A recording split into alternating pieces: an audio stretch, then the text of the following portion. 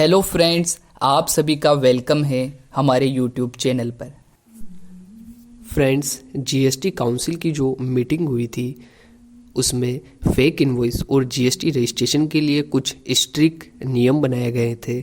ऐसा कुछ सोर्सेस से जानकारी मिली है जो इस प्रकार है। The Law Committee of GST Council has suggested a two strategy to tackle the issue of fake invoices.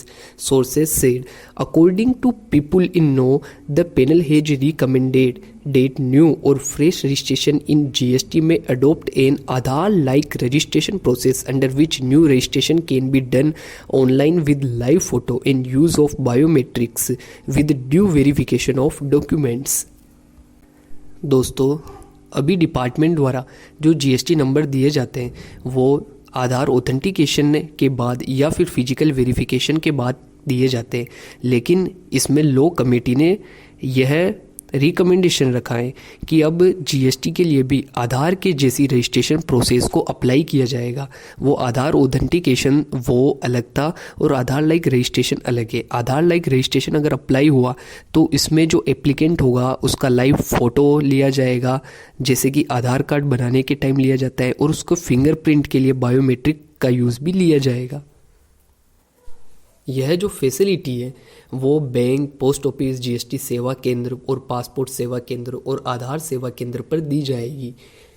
According to sources, the law committee has suggested that a fresh registrant must go for compulsory physical verification and personal identification in case he or she opts for non-Aadhaar authentication based registration process and does not have income tax return supported financial capability। दोस्तों, law committee ने यह प्रस्ताव रखा है कि अब किसी भी रजिस्ट्रेशन के एप्लीकेंट को फिजिकल वेरिफिकेशन तो करवाना ही पड़ेगा।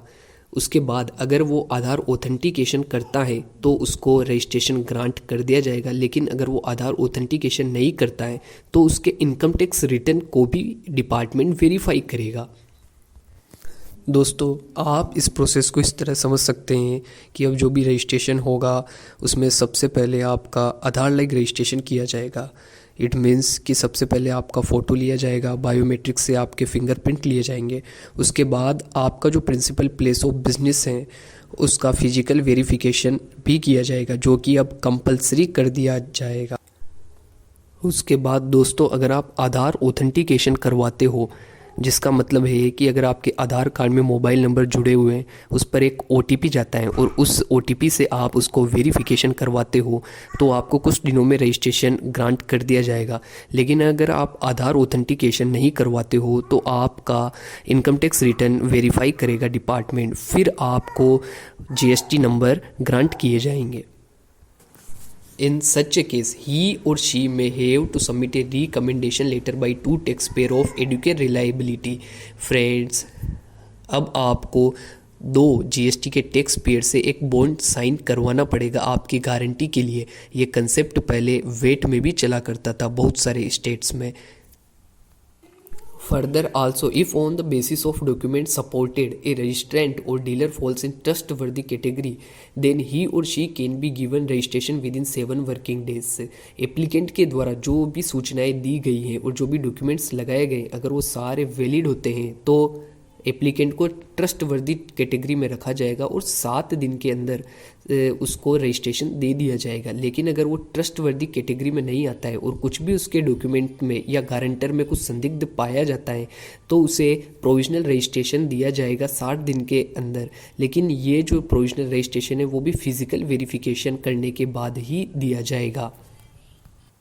Where in such cases input tax credit to their buyers shall be allowed only after filing of their return, and the dealers would be required to pay certain portion of their liability in cash instead of paying 100% tax through ITC। Friends, इसमें यह बताया गया है कि अगर किसी को भी प्रोविजनल रजिस्ट्रेशन दिया जाएगा तो वो अपने आउटपुट लाइबिलिटी जो भी आएगा उसको कैश में ही उसे भुगतान करना पड़ेगा। वो उसको ITC से 100% सेट ऑफ नहीं कर पाएगा। दोस्तों, अभी तक इनके लिए कोई भी नोटिफिकेशन ये इशू नहीं हुआ है। जैसे ही कोई भी नोटिफिकेशन आएगा तो हमारे यूट्यूब चैनल पर आपको उसका डिटेल एक्सप्लेनेशन मिलेगा। इसी तरह आप हमारे साथ बने रहिए। अगर आपको वीडियो अच्छी लगी हो तो प्लीज़ वीडियो को लाइक करें और शेयर भी करें।